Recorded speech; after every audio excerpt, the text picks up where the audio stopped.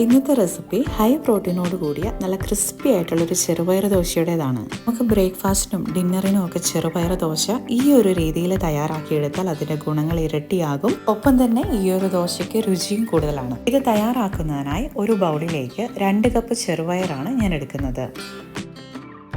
ഇത് 200 ml കപ്പാണ്. ഇതിലാണ് 2 കപ്പ് ഞാൻ അളന്നെടുത്തിരിക്കുന്നത്.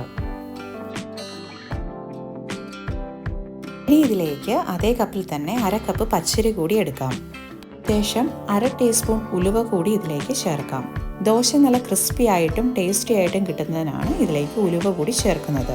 ശേഷം ഇതിലേക്ക് ചെറു ചൂടുവെള്ളം ഒഴിച്ചു കൊടുത്ത് നല്ലതുപോലെ ഒന്ന് കഴുകിയെടുക്കാം. ഇതുപോലെ ചെറുപയറിന് ഒരു 2-3 വട്ടമാണ് കഴുകിയെടുക്കാറുള്ളത്. കഴുകിയെടുത്തതിനെ കുതിരാനായിട്ട് മിനിമം ഒരു 3 മണിക്കൂർ ചെറു ചൂടുവെള്ളം ഒഴിച്ച് തന്നെ മാറ്റി വയ്ക്കാം. ഇപ്പോൾ ഒരു 3 മണിക്കൂറിന് ശേഷമുള്ള പരുവാണ്. ചെറുപയറും അരിയും ഉലുവയും ഒക്കെ നല്ലതുപോലെ തന്നെ കുതിർന്നു വന്നിട്ടുണ്ട്. ഇനി ഇതിലേക്ക് ഒരു 1/2 കപ്പ് ചോറ് കൂടി ചേർത്ത് കൊടുത്താണ് ഞാനിതിൻ്റെ മാവ് തയ്യാറാക്കുന്നത്. ഇനി ഇതിലൊരു മിക്സിയുടെ ജാറിലേക്ക് മാറ്റി ഒന്ന് അരച്ചെടുക്കാം.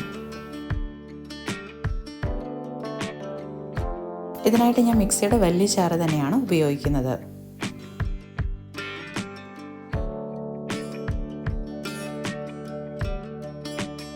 ഇത് അരച്ചെടുക്കുന്നതിനും ഞാൻ ചെറു ചൂടുവെള്ളം തന്നെയാണ് ഇതിലേക്ക് ചേർത്ത് കൊടുക്കുന്നത്. ഇതിന് മീതെ വെള്ളം നിൽക്കുന്ന പരുവത്തിലാണ് ഇതിലേക്ക് ഞാൻ വെള്ളം ഒഴിച്ചു കൊടുത്തിരിക്കുന്നത്. അരച്ചെടുത്ത് കഴിയുമ്പോൾ ഒരല്പം കുറുകിയിരിക്കുന്ന പരുവത്തിൽ തന്നെ വേണം ഇതിൻ്റെ മാവ് നമ്മൾ തയ്യാറാക്കിയെടുക്കാൻ. ഒരുപാട് ലിക്വിഡ് ആക്കിയിട്ട് ഇതിലേക്ക് വെള്ളം ചേർത്ത് അരച്ചെടുക്കരുത്.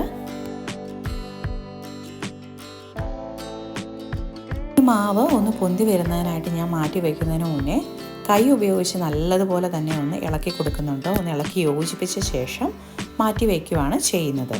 ഇങ്ങനെ ചെയ്തതിന് ശേഷം ഒരു 2 മണിക്കൂറിന് ശേഷം തന്നെ നമുക്ക് ദോശ ചുട്ട് തുടങ്ങാം. സാധാരണയായി ഈ ഒരു മാവിനെ ഒന്ന് അടച്ചെടുത്ത് പുളിച്ചു പൊന്തി വരാനായിട്ട് ഓവർനൈറ്റാണ് വെക്കാറുള്ളത്.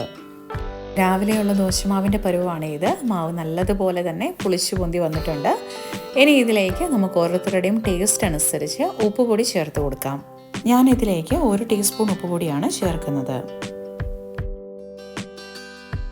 ഇനി ഇത് നല്ലതുപോലെ ഒന്ന് ഇളക്കി യോജിപ്പിച്ചെടുത്ത ശേഷം ദോശ ഓരോന്നായി ചുട്ട് തുടങ്ങാം. ദോശ തയ്യാറാക്കിയെടുക്കുന്ന സമയത്ത് ദോശത്തവ എപ്പോഴും നല്ലതുപോലെ തന്നെ ചൂടാക്കുക. ചൂടായി വന്നതിന് ശേഷം മാത്രമാണ് മാവ് ഒഴിച്ചു കൊടുക്കേണ്ടത്. അതുപോലെ ദോശ തയ്യാറാക്കുന്ന സമയത്ത് മാവ് എപ്പോഴും മുകളിൽ നിന്ന് കോരിയെടുത്ത് വേണം തയ്യാറാക്കിയെടുക്കാൻ. മാവ് ഒരു തവണ മാത്രം മിക്സ് ചെയ്തെടുത്താൽ മതി. വീണ്ടും വീണ്ടും ഇളക്കി യോജിപ്പിക്കേണ്ട ആവശ്യമില്ല.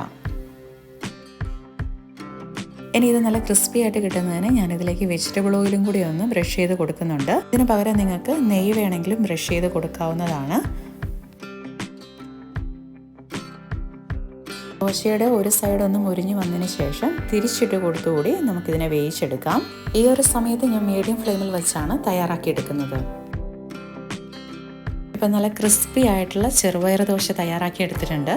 ഈ ഒരു ദോശയുടെ കൂടെ കറി ഒന്നുമില്ലെങ്കിലും കഴിക്കാൻ നല്ല ടേസ്റ്റാണ്. സാധാരണ ഞാൻ ഈ ചെറുപയർ ദോശ തയ്യാറാക്കുന്ന സമയത്ത് തേങ്ങാ ചമ്മന്തിയും സാമ്പാറും കൂടിയാണ് ഇതിനൊപ്പം തയ്യാറാക്കിയെടുക്കുന്നത്. അപ്പോൾ ഇന്നത്തെ ടേസ്റ്റിയും ഹെൽത്തിയുമായിട്ടുള്ള ഈ ചെറുപയർ ദോശയുടെ റെസിപ്പി എല്ലാവർക്കും ഇഷ്ടപ്പെട്ടെന്ന് കരുതുന്നു. വീഡിയോ ഇഷ്ടമായെങ്കിൽ മറക്കാതെ ഒന്ന് ലൈക്ക് ചെയ്യുക. അപ്പോൾ എല്ലാവരോടും ബോൺ അപ്പത്തീത്തോ.